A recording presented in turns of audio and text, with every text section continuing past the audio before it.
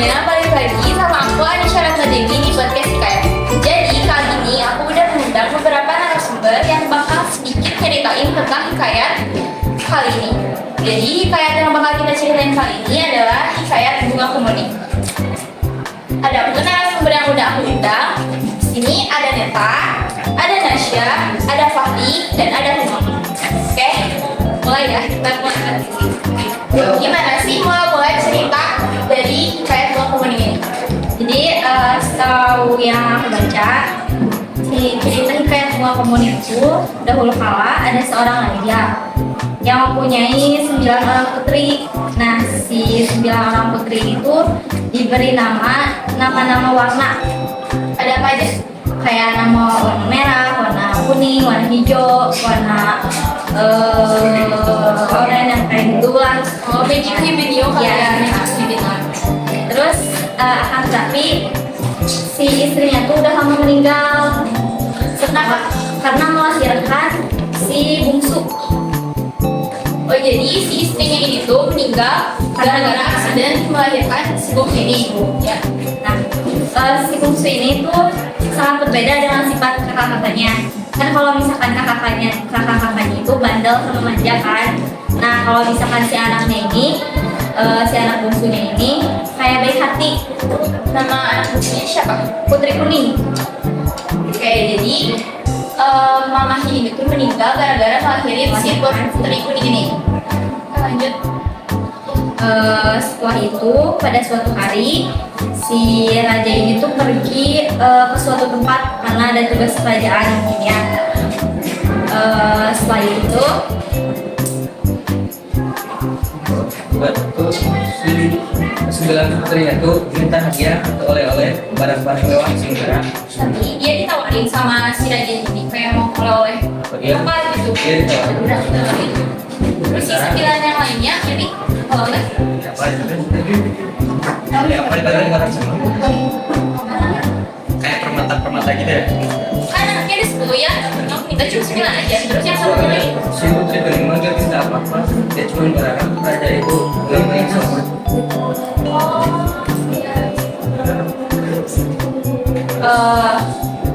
setelah itu pulang nih si rajanya tuh, tapi dia tuh gak bawa oleh-oleh yang diminta sama ke 9 putrinya, tapi malah ngasih ke Putri Kuning.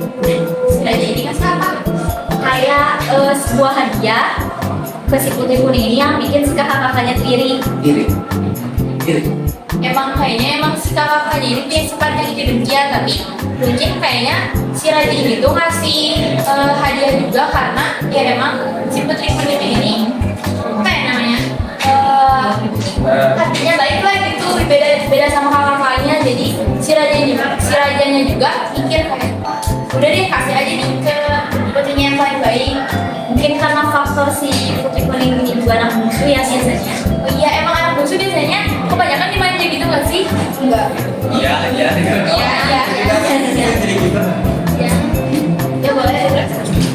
Terus si kakak-kakaknya tuh kayak punya dendam gitu loh sama ibunya. Gara-gara Mereka kan dibawa oleh sedangkan dia dibawa oleh. ya kalau ngerti. Biasanya kayak gini sering banget sih di keluarga-keluarga gitu. Tapi dikasih emang. Terus akhirnya si Putri Kuning itu dipukulin sama kakak-kakaknya sampai meninggal. Karena itu gara-gara iri. kuning. Iya. Terus si Putri Kuning itu dipukulin tanpa pengetahuan ayahnya, sang raja. Tega banget ya. Terus tanpa sepengetahuan kayak pelayan-pelayannya, mungkin ada pelayan-pelayannya yang tahu tapi ya kayaknya disuruh diem gitu ya. Jadi nggak boleh ngomong. Terus juga kayaknya nggak ada rasa penasaran ya. Terus dikuburinnya tuh nggak jauh dari istana.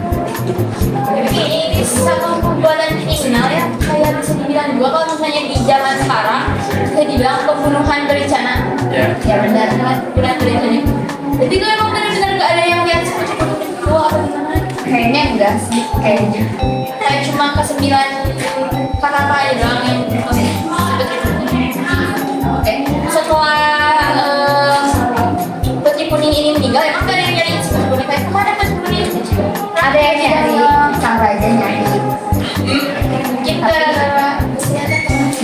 tapi gak ketahuan, gak ketemu. Terus kenapa bisa disimpulkan kalau misalnya si Putri Kuning ini meninggal ketika gak ada satu orang pun yang melihat keberadaan si Putri Kuning? Kenapa bisa disimpulkan meninggal? Nah, Kan bisa jadi hilang, kabur, atau gimana gitu? ditemukannya tuh gara-gara pas si rajanya itu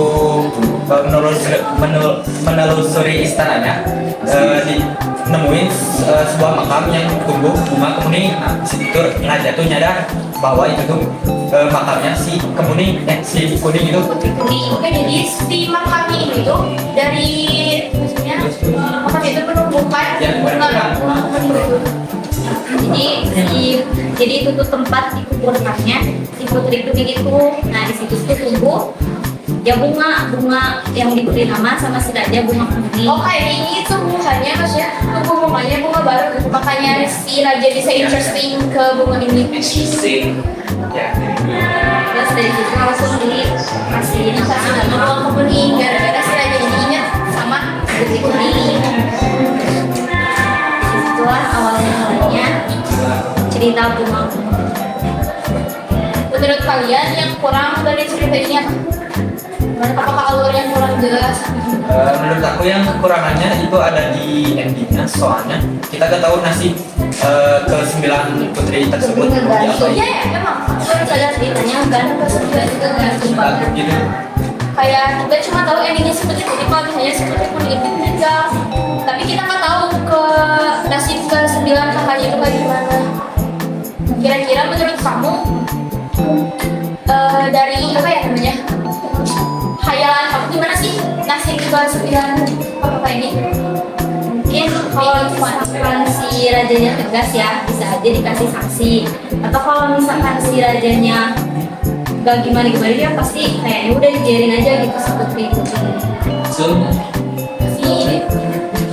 Terlebih dari itu semua pasti ada rasanya salah dari kakaknya juga bisa sampai jadi menurut aku kalau misalnya di lebih realistis lagi menurut aku kejam banget karena dari ya Allah cuma sekecil iri doang sampai bisa membunuh adiknya sendiri kan. Ini kembali lagi kalau misalnya ini cerita hikayat dan cerita hikayat itu kadang-kadang alur ceritanya emang sedikit gak masuk akal, dongeng gitulah. Nilai-nilai yang dapat kalian ambil dari cerita ini kira-kira yang pertama itu ada nilai moral, karena ada si putri kemuningnya yang cuman putri kemuningnya yang baik dari 9 kakaknya tadi. Terus juga sama ada nilai estetika, soalnya dari 10 nama putri itu diberi nama dari warna-warna yang kuning. menurut kalian nilai kebudayaan dari cerita ini apa?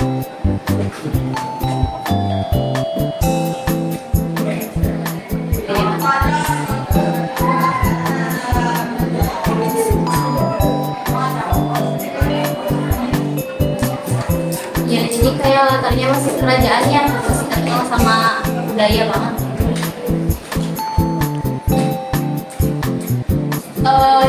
Kalau misalnya buat nilai kehidupan sehari-hari kalian bisa menyimpulkan nilai dari hikayat ini apa kira-kira? Kalau misalkan dari nilai kehidupan ya kan kita juga diinfokan bisa punya kakak dan punya adik.